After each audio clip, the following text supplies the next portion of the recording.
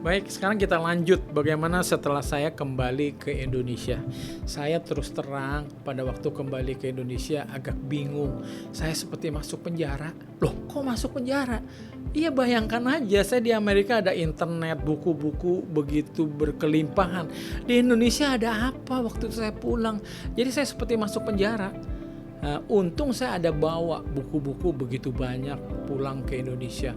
Dan saya berpikir, aduh, saya nggak mungkin bikin universitas. Kenapa? Selain nanti mungkin modalnya besar, harus bangun gedung. Karena saya nggak berpikir bangun universitas, mungkin di ruko dulu. Enggak, saya berpikirnya langsung bangun gedung, ya sekian bertingkat dan segala macam. Jadi saya pikir investasi terlalu beresiko. Kenapa? Karena saya pikir idealisme saya itu nanti muridnya gugur semua, tidak lulus. Akhirnya bangkrut saya rasa. Akhirnya mau tidak mau saya melampiaskan, mungkin ya kalau saya boleh bilang, saya punya semangat ini, kerinduan untuk buka sekolah itu dengan membuka kursus saja. Jadi di tahun 1987 saya mulai buka kursus dengan nama Purwadika. Saya orangnya sangat filosofis, sangat visioner, ya, sehingga saya nggak sembarang mencari nama. Memang kebetulan nama saya adalah Purwa. Tapi arti Purwa itu sendiri kalau saudara lihat di Kamus Sangsekerta itu artinya pertama, the first, atau bisa diartikan adalah the best, terbaik. Nah lalu saya mau cari, kayaknya kalau nama sekolah namanya Purwa aja lucu banget gitu kan ya. Jadi saya mau cari ada nama yang indah, saya dapat kata yang indah dan artinya pun bagus, digabungkan menjadi Purwadika. Adika ini kalau saudara baca ini adalah bahasa Sangsekerta. Cari di kamusnya. Adika berarti adalah apa? Dia lebih dari segala hal yang positif. Jadi kalau saudara bilang pintar, dia lebih pintar. Kalau kita mau bilang dia lebih ganteng, dia lebih ganteng. Kalau segala hal yang positif, dia itu lebih. Jadi kalau saya gabungkan menjadi Purwadika, berarti Purwadika artinya apa?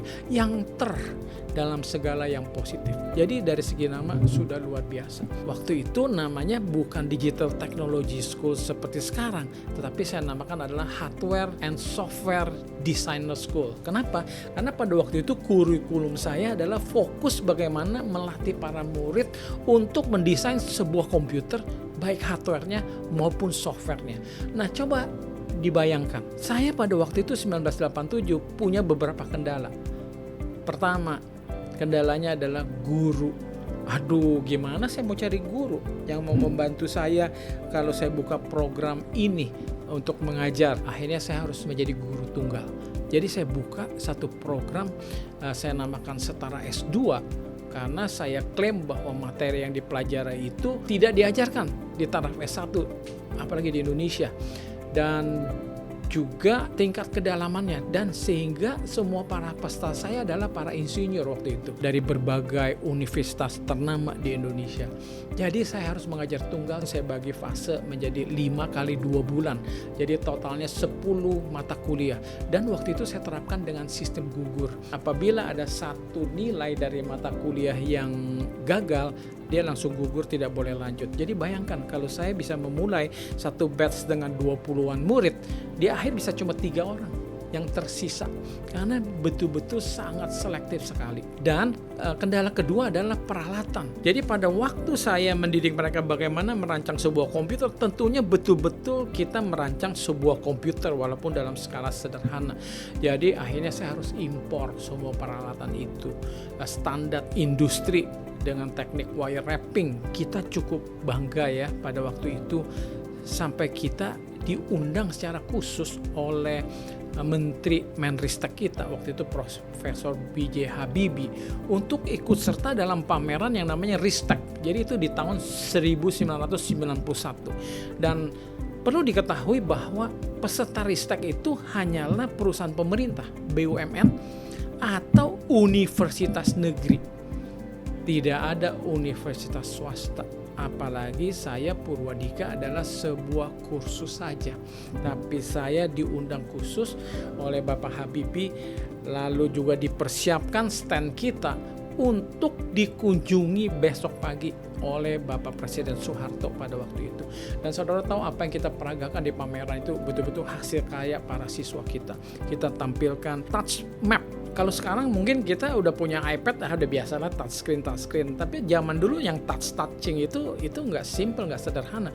Jadi saya merancang dengan para siswa menggunakan sebuah peta, betul-betul peta dari kertas yang kita beli di toko buku seperti biasanya, tapi di belakangnya itu ada wiringnya, sehingga akhirnya orang bisa tunjuk misalkan kota Jakarta, dan ini peta terhubung ke sebuah video player yang bisa memainkan video. Nah, sulitnya lagi, zaman saya dulu belum ada namanya CD player. Kalau zaman sekarang CD player tinggal next track, itu akan akurat sekali, langsung diklik Jakarta keluar film Jakarta. Dulu itu ada namanya forward, rewind, tahu kan, yang putar-putar gitu.